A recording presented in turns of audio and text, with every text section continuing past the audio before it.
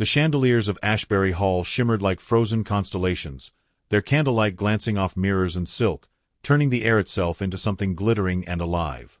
The orchestra's strings murmured softly in the distance, weaving through laughter and the rustle of satin. It was the night of all nights, Lady Eveline Ashbury's engagement ball. Every noble in London had come to see the woman whose beauty had stolen the heart of Duke Alaric Hawthorne, the hero returned from the wars in Spain. She stood near the dais, a vision in emerald green, her copper curls crowned with pearls, her smile poised and faintly trembling beneath the weight of admiration. From the upper balcony, unseen amid the golden draperies, the Duke watched her. The years abroad had left him marked by silence more than scars, a man of discipline who now found himself uneasy in the very world he had once commanded. London had changed, or perhaps he had. He had seen too much of men dying for honor to easily believe in the kind offered by drawing-rooms. Yet when he first met Eveline months ago, he had thought her different, gentle, intelligent, unspoiled by society's pretense. Now, on the brink of binding his life to hers, an unfamiliar uncertainty crept through him. It was not suspicion at first, only restlessness. He wished to see the world she moved in without the filter of reverence that attended his name. When the orchestra paused and the crowd's attention turned toward the arrival of some foreign dignitary, Alaric descended the servants' stair, exchanging his coat for a footman's dark livery. He had done such things once in the army, moved unseen, observed, listened. It came naturally now. The ballroom smelled of roses and polished wood.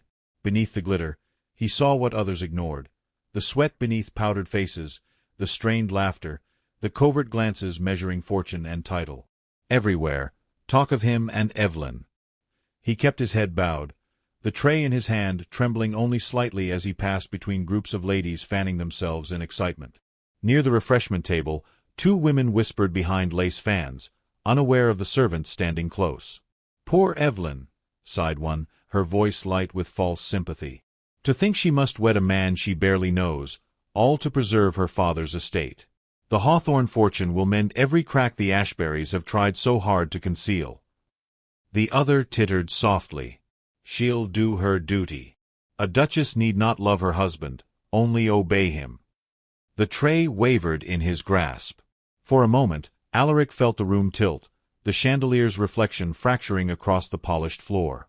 The words were quiet, careless, yet they struck with surgical precision. He turned slightly, just enough to glimpse their faces, women of his own acquaintance, smiling as if they had said nothing cruel. He wished to believe them mistaken, that rumor had twisted what was true, but another voice nearby joined in, speaking his name, speaking hers, confirming the same tale. He stood motionless as the orchestra began again. The violins sang, and through the music he heard his own heartbeat. It seemed a lifetime before he could move. He made his way toward the doors, needing air, needing distance from the noise. Yet as he stepped into the corridor, laughter followed him like an echo, the laughter of those who saw marriage as a bargain struck, not a vow exchanged. Outside, beyond the tall windows, snow drifted softly through the night. He pressed a hand against the cold glass and stared into the ballroom's golden haze. There she was, his bride-to-be, smiling up at some elderly lord who complimented her grace. She looked radiant, untouched by deceit, the very picture of innocence. Could she truly have spoken of duty while pledging love? The thought felt poisonous. When the master of ceremonies announced his name, the room shifted, attention turning toward the grand staircase. He inhaled, squared his shoulders, and stepped back into his rightful place, the Duke restored to his title. Applause rose as he entered, the whispering forgotten in a tide of admiration. He crossed the ballroom to where Eveline awaited him, bowing with practiced courtesy. "My lord," she greeted, voice soft as the snow outside. Her green eyes searched his face, uncertain why he had delayed. "My lady," he replied evenly, offering his hand. "Shall we give them the waltz they've come to see?" The orchestra swelled, and they began to dance. She moved with the grace of a drifting petal, each turn drawing light through her hair. Around them, the circle of guests watched, enchanted by the perfect harmony of rank and beauty. To all appearances, it was a fairy tale, yet within the Duke's chest, something was unraveling. Each step felt like a deception he could not name aloud. "Are you unwell?" she asked softly as they turned beneath the chandeliers. "You seem distant tonight." He smiled faintly, though it did not reach his eyes. "Only tired, perhaps. The company overwhelms after years of silence." "You bear it well," she said, her lips curving with affection. "Everyone adores you." He looked down at her, studying the blush at her cheeks, the sincerity he wished to believe. Perhaps he was the fool, haunted by ghosts of battlefields, seeing treachery where there was only innocence.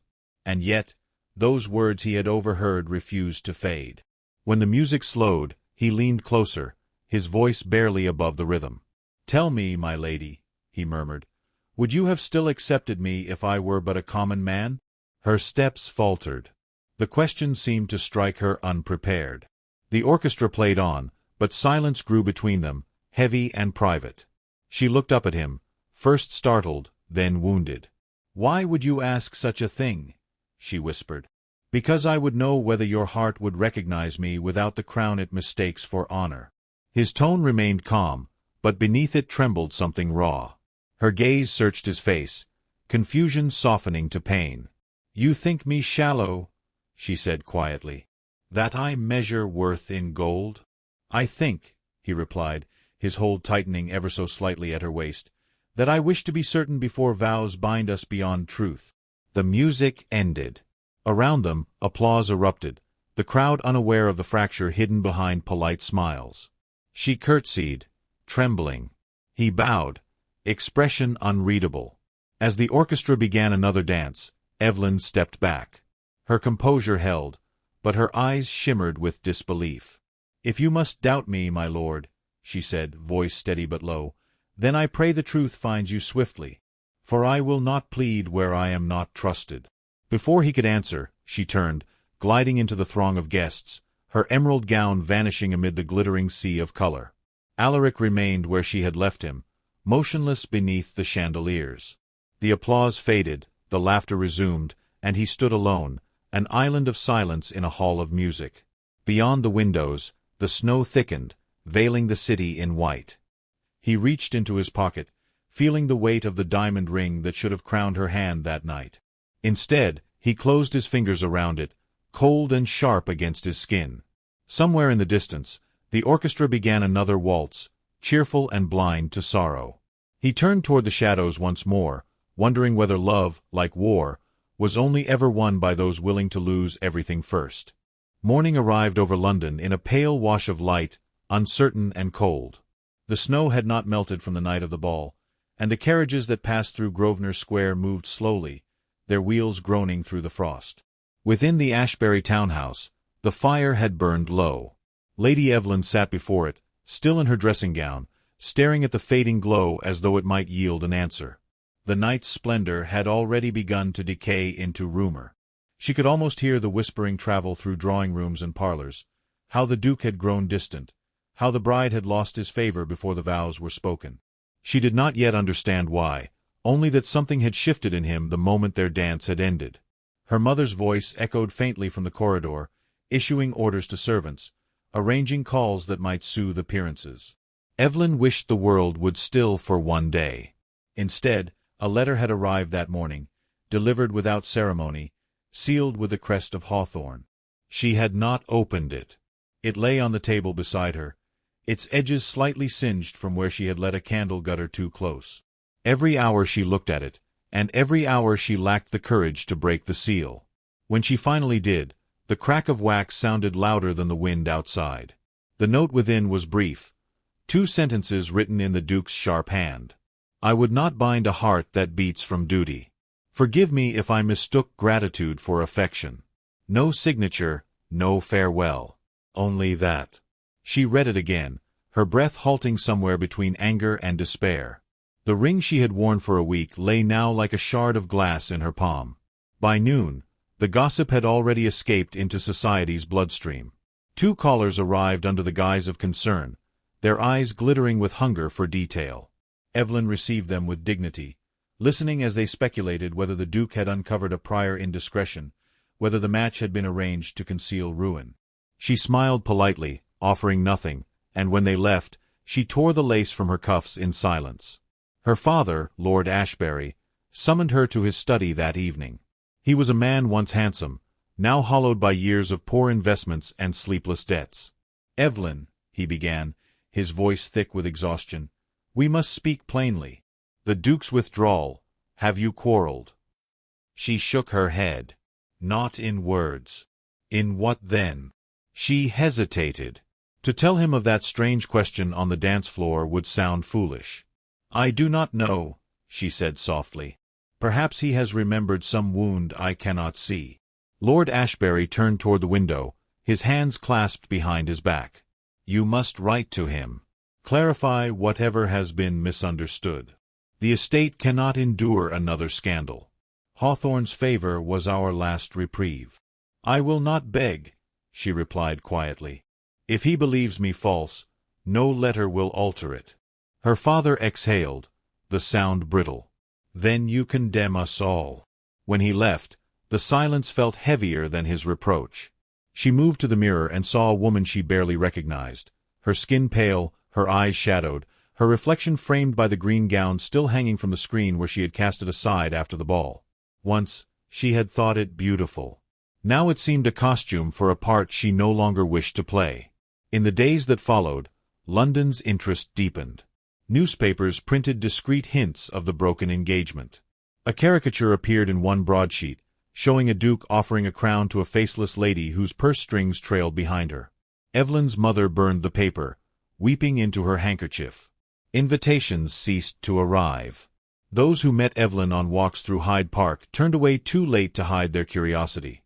Meanwhile, in his townhouse on Berkeley Street, Alaric sat before the fire much as she had, the same letter, his letter, echoing in his thoughts like a verdict. He had written it in a fever of pride, believing silence would preserve his dignity. Yet the image of her face when he asked that question haunted him still. He could not forget the tremor in her voice, the honest bewilderment that might, perhaps, have been truth. But the gossip he had heard replayed itself until he no longer trusted his own judgment. His friend Major Linton called upon him one evening, bearing concern that masked reproach. "You've made a spectacle, Alaric," he said, pouring brandy without waiting for invitation. "Half of London wonders if you've gone mad. She is no schemer. Anyone can see that." Alaric stared into the glass. "You know nothing of her heart.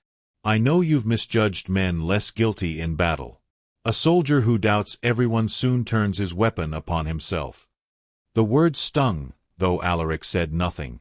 When Linton left, he walked to the window, watching the snow fall over the city's gaslights. The glow blurred into something almost tender. He thought of the night they met, of the way she had offered her handkerchief when his limp betrayed him, of the gentleness that had quieted his restlessness. Perhaps that, too, had been illusion. He could not be certain any more. 2 weeks passed before he heard her name again. It was whispered at a charity soirée hosted by Lady Pembroke, a winter gathering meant to distract from the season's scandals. He attended reluctantly, seeking civility if not peace. Yet as the evening dwindled, a footman approached with a small velvet box. "From Lady Ashbury's residence," the man said, bowing. Inside lay the ring he had once placed upon Eveline's hand. No note accompanied it. For a moment he felt the ground tilt beneath him as it had the night of the ball. He closed the box and slipped it into his coat, the final gesture sealing what he believed he wanted, freedom. But freedom offered no solace. That night he dreamed of her standing in snow, bare-handed, her gown blending with the storm. He woke before dawn, breath shallow, the city still cloaked in mist. Outside, bells tolled faintly across the rooftops, calling the faithful to morning prayers. Eveline, meanwhile, rose that same morning to find the household nearly silent. Her mother had taken to bed, her father avoided her eyes. In the garden, frost coated every rose stem, turning them to fragile glass. She walked among them, gloveless, letting the cold bite her fingers. It was easier to feel pain than the emptiness that followed. When a carriage paused beyond the gate, she turned sharply, expecting, hoping, it might be his. But it only lingered, its windows dark, before moving on. She did not see the man inside, watching her through the veil of snow, torn between pride and repentance. That night, she took out his letter once more, the ink already smudged from her earlier tears. She placed it in the fire, watching the edges curl to black, and whispered to the flames, "If I am guilty, let silence be my punishment. But if I am true, may he one day know it." The fire consumed the words, leaving only ash. Outside, the snow began again, soft and unending, falling over the city that would soon forget their story, at least for a time. Yet in the heart of that quiet storm, two souls lay awake in separate houses, both certain they had been wronged, both too proud to bridge the silence they had created. The season would end soon, but neither could yet imagine how the next would begin. Under the chandelier's glittering haze, the ballroom pulsed with murmurs, laughter, and the soft rustle of silk skirts gliding over polished floors. The Duke of Overhears stood quietly among the crowd, half concealed behind a marble pillar. His hand rested on the gilded railing, the other tightening around his glass, the reflection of the candlelight flickering in his pale blue eyes. No one suspected his presence, not the noblemen who raised their cups in false toasts, nor the women who whispered behind painted fans. Tonight, he had come not as the master of the manor, but as a man stripped of title, listening for truth in a hall full of lies. Across the room, his bride-to-be, Lady Eveline Harcourt, laughed softly at something her cousin whispered.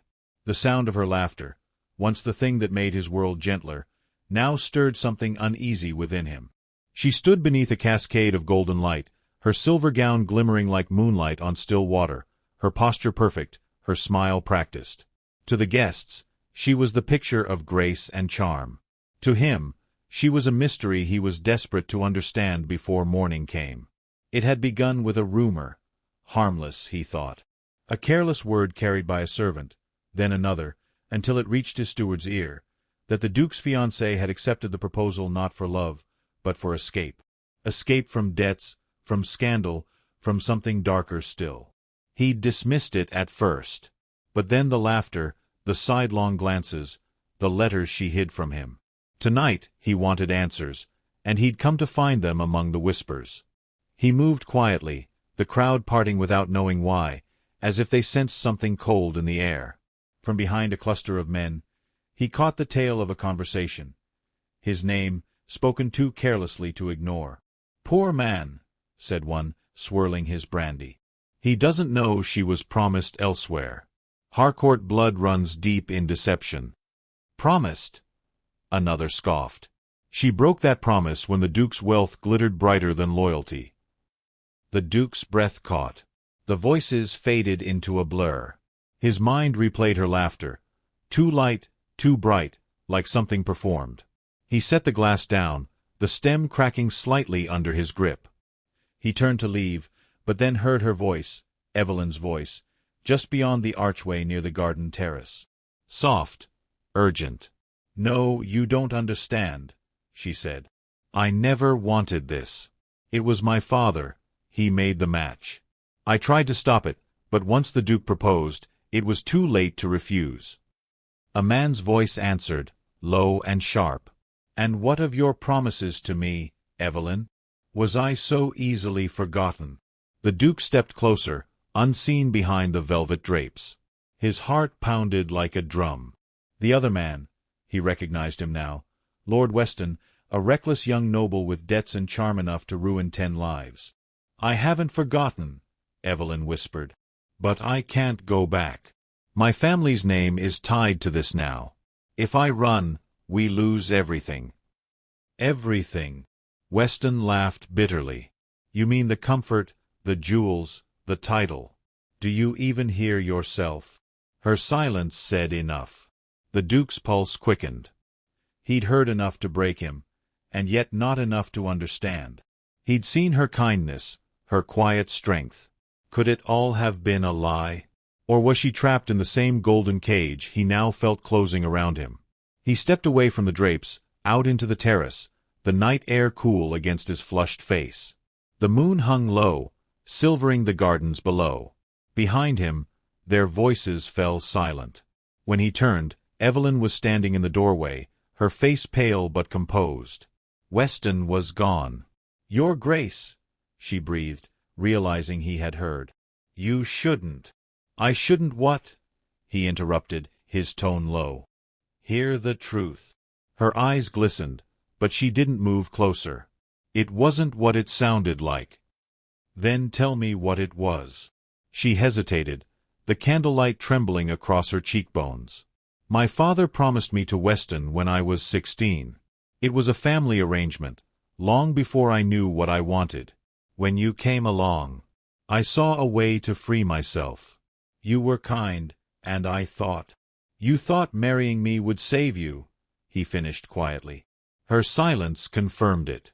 For a long moment, neither spoke. The sounds of the ball carried faintly from the hall, music and laughter, untouched by the truth unraveling between them. He looked at her, really looked. The woman before him was not the delicate, polished creature society adored. She was frightened, desperate, human. A pawn in her father's games, a victim of her time, and yet she had used him as well. The realization cut deeper than he'd expected. You could have told me, he said at last. And what would you have done? She asked, her voice trembling. Called off the wedding? Left me to be sold again? My father would have found another man with more money, less mercy. I chose you because you have honor, even if you hate me for it now. He stared at her, unsure if anger or pity held greater weight in his chest. You think I can build a marriage on lies? No, she whispered. But I hoped we could build something out of truth, once you knew it. The music softened inside. A new dance began. Guests swept across the floor, oblivious to the storm brewing just beyond the doors. The Duke stepped back, his expression unreadable. Then tell me one thing. Was there ever a moment, Eveline, when you meant what you said to me? She looked up at him, tears catching the moonlight. Every moment, she said. Even the ones built on fear. Something shifted in him then, not forgiveness, not yet, but understanding. The ache in his chest deepened, no longer sharp but heavy. He turned toward the garden path, where the moonlight spilled across the stone steps. We'll speak again in the morning, he said quietly. She nodded, her breath shuddering. Will you still marry me? He paused. That depends on what truth looks like when the night ends. Then he walked away, his figure swallowed by the garden's shadows, leaving her standing in the doorway, torn between relief and despair. The music carried on, the chandeliers blazing as if mocking their quiet ruin. Inside, the Duke's absence went unnoticed. But among the guests, whispers already began to stir, of glances exchanged, of a bride gone pale, of the Duke who left the ballroom before midnight. And as Eveline stood alone beneath the fading lights, she realized the night had not just shattered him, it had begun to change her too. Morning broke over Evermere like a hesitant confession, soft light filtering through mist, the gardens veiled in silence. The ballroom of last night's grandeur was now still, the scent of roses and wax fading into the chill air. The Duke stood by the tall window of his study, his reflection faint against the glass. The sleepless night had carved new shadows beneath his eyes. He had not summoned anyone, not even his valet. He wanted no witness to the quiet war within him. On the desk before him lay the letter he had found upon returning to his chamber. Its seal, pressed with Eveline's family crest, was broken. He'd read it more times than he cared to admit. It was not an apology, but something gentler and heavier, a plea for understanding, written with a trembling hand. I do not ask for forgiveness, only that you see I never sought to deceive for gain, but to survive. The words lingered like a fragile echo, refusing to settle. He'd come to Evermere to find peace, to rebuild what years of duty had stripped away. And yet, peace seemed the one thing forever beyond reach. His father's voice haunted him still, stern, unyielding. A duke is not a man. He is the law, the name, the duty. But what was duty now, when love had turned into a wound he didn't know how to tend? A soft knock sounded at the door. The Duke turned, expecting the butler, but it was Eveline who entered, her gown simple this time, pale blue muslin, no jewels, no mask of glamour. Her eyes searched his face, uncertain if she was welcome. "You're early," he said, his tone measured. "I couldn't wait," she replied. The silence of the house was unbearable. He motioned toward the chair opposite his desk, but she remained standing, her hands clasped tightly before her. For a moment, neither spoke. The faint tick of the mantel clock filled the air between them. "I read your letter," he began quietly. "It was honest." "That's all I have left to offer," she said. "Honesty, even if it costs me everything else." He studied her, this woman who had stepped into his world wearing secrets like armor. Her face looked different now, stripped of artifice. Vulnerable, human. He found no trace of calculation there, only exhaustion and resolve. "Tell me the rest," he said at last. "Not the polished version for society, but the truth as it happened." She drew a slow breath. "My father's estate was collapsing. The debts were buried under forged accounts. When Lord Weston courted me, my father saw a chance to settle those debts through alliance. I was 16, young, foolish enough to believe in promises. But Weston's affection ended when my dowry vanished into his gambling tables. My father hid the shame, arranging another match, this time with you. I wanted to believe I was escaping, but perhaps I was only changing prisons." He felt something twist within him, anger, but not for her. For the world that made such bargains of women and names. "And now," he asked, "do you still see this as a prison?" She lifted her gaze to him. "No, only as a chance. I can't change how we began, but I want to choose how it ends." He turned toward the window again, his fingers tracing the rim of the glass. Outside, the fog was lifting from the lake, revealing sunlight trembling on the water's surface. "You speak of choice as though we both have it," he said. "But my name is tied to yours now, and the court will not forgive what it thinks it knows. If I end the engagement, they'll say I discovered your betrayal. If I continue it, they'll call me a fool." "Then let them," she said softly. "Let them speak until they tire of their own poison. We both know reputation means nothing if the heart behind it rots." He looked at her sharply, surprised by the quiet strength in her tone. There was something new in her now, a kind of courage that hadn't been there before, forged not by defiance but by loss. "Last night," he said, "when you told Weston you hadn't forgotten him, did you mean it?" Her throat tightened. "I meant that I remember what it felt like to be powerless. To believe someone loved me and then learn it was only convenience. Weston was never love, only a lesson I paid for dearly." Silence filled the room again. The Duke walked toward her, stopping just short of where she stood. "And what do you feel now?" he asked. She hesitated, then whispered, "That perhaps love is not a gift we're given, but a mercy we earn." He held her gaze, the edge of his anger softening into something he couldn't name. For the first time since the ball, he saw her not as the woman who had deceived him, but as one who had been deceived in far crueler ways. "Eveline," he said, his voice quieter now, "you've turned my certainty into questions I can't easily answer." She almost smiled. "Then let that be our beginning." He wanted to believe her. The morning light washed over them both, and for a moment it seemed possible, this fragile truce between wounded hearts. But trust, he knew, was not rebuilt in a single dawn. It was a slow reconstruction, brick by careful brick. "I'll not call off the wedding," he said finally. "But not for appearances. We will face them together, if only to prove that their judgment doesn't define us." Her breath caught. "You mean that?"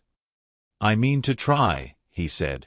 "That's all I can promise you now." Relief trembled across her face, though she didn't step closer. "Then I'll not waste the chance." He nodded once, a quiet gesture of acceptance. "There's one condition," he added. "No more secrets.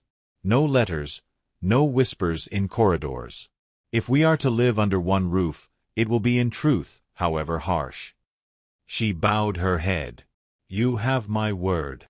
Outside, the church bells began to toll the hour. The sound echoed through the valley, solemn yet hopeful. He turned back to the window, the faintest trace of warmth returning to his features. "Tell them the wedding will proceed as planned," he said, almost to himself. "But let it be smaller, no spectacle, no crowd. Just vows and silence." Eveline stepped back toward the door, her eyes glistening. "I'll see to it." As she left, he watched her go, the hem of her gown whispering across the floor. When the door closed behind her, he exhaled slowly, as though releasing the weight of years. He looked again toward the gardens where sunlight now struck the fountain in a blaze of gold. The world, in all its cruelty, still managed beauty. And somewhere in that balance, perhaps there was redemption. He picked up her letter once more, tracing the ink where her words had bled into the paper. The line that lingered most was the one written at the end. "If love is a risk, then I would rather lose it in truth than keep it in deceit." For the first time in months, the Duke smiled, faintly, wearily, but with something like hope. And though the house was silent, it felt as if the walls themselves were holding their breath, waiting to see if two broken hearts could teach each other how to mend.